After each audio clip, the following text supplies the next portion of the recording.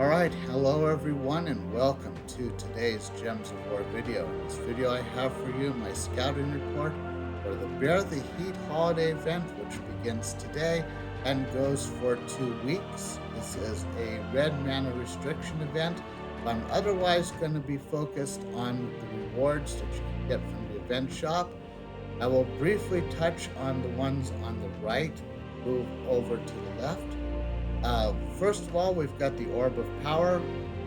Orbs of Power, as I'm sure most of you know, do not grow on trees, and 800 Embers is probably the easiest way to get one of these Orbs of Power.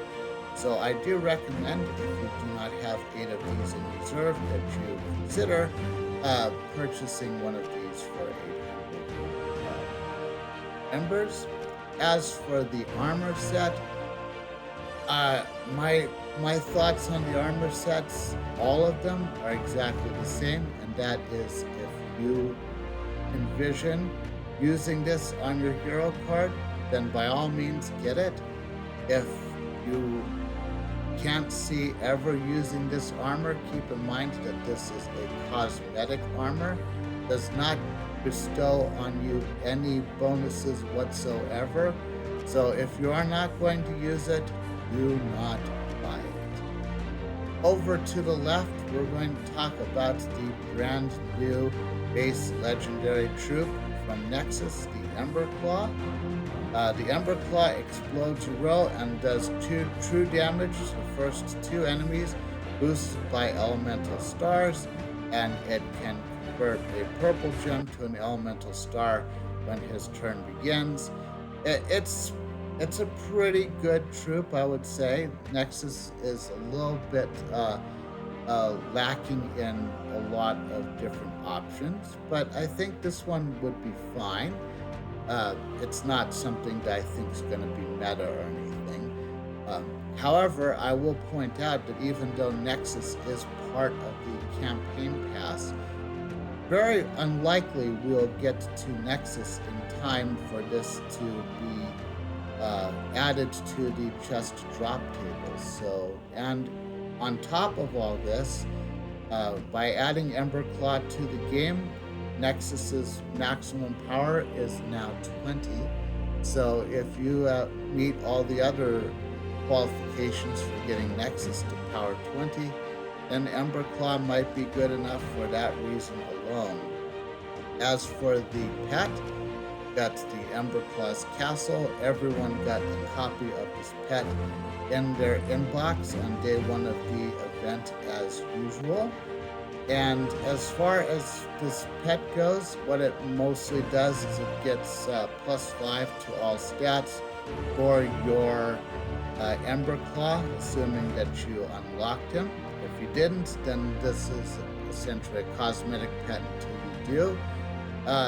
And of course, when you're talking about pets, you think about how this affects the kingdom. And in this case, if you're trying to get Nexus to power 20, you need to have 2 pets to level 20, and you need to have 3 pets in total. And keep in mind that those pets can be the Starry pet that we can work on in a couple weeks. It can also be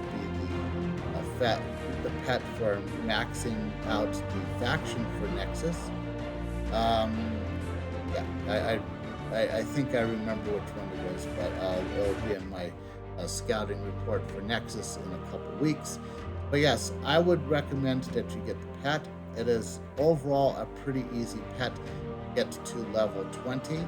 Once you have purchased all of the copies of Emberclaw's castle, you'll have an opportunity to purchase one at a time all of the copies of the golden Emberclaw's castle. That is up to you. I personally do not see a lot of value in purchasing the golden pets. I don't think that you really need it in terms of getting Nexus to power 20 or even power 30 down the road, and the golden Emberclaw's castle is going to be a cosmetic pet anyway.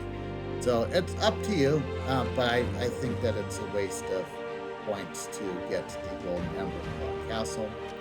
Over in the center, you have the pet food pack, which gives you all the blue pet food that you need, probably for Emberclaw's castle. Um, Pet food is not as easy to come by as it used to be, mostly because we aren't getting all of our pets rescued through the pet rescue event, so it does go pretty quickly. So if you feel like you need the pet food, 200 points is not that bad of a price, if you ask me. Once you have purchased this deal, it gets replaced with a colorless pet food deal. And honestly, while this one could be worth it, the colorless pet food pack is not. And then we have the Tradestone Bundle. Tradestone Bundle gives you all the trade stones you need to unlock all three of Emberclaw's traits. Presumably, that's how it's been before. Um, for experienced players, this is probably not going to look like a lot of value. If you're a newer player, this gives you a lot of good access to some of the trait stones, which you might use for the Emberclaw if you also unlock the Emberclaw, or you could use it on other troops that you need at the time. But the most important thing about the Trade Stone Bundle is once this is purchased, it gets replaced with a deal to be able to purchase legendary medals. And if you are in a situation where you're trying to get one or more kingdoms to power 30, then you know that you have to get a lot of said troops in each kingdom to elite gold status. That is not as easy as it sounds, and getting some extra legendary medals gonna make that process a little bit faster. Just saying. I think that this is I think this is the deal that a lot of people miss. So if you are a late game player, consider getting the Trade Stone Bundle, and then consider trying to get some of the legendary troops under that, or legendary medals under that, and then get your troops up to elite gold while not having to do it one or two times in a row at a time with Under Inspire. But anyway, that's the end of this video. If you enjoyed it, please consider leaving a like, subscribe to this channel, and or follow me on Twitch if you'd like to see more of my content. And in the comments below, let me know what you're going for in the Bear the Heat holiday event. And let me know everything I got wrong as well, and I'll see you in the next video.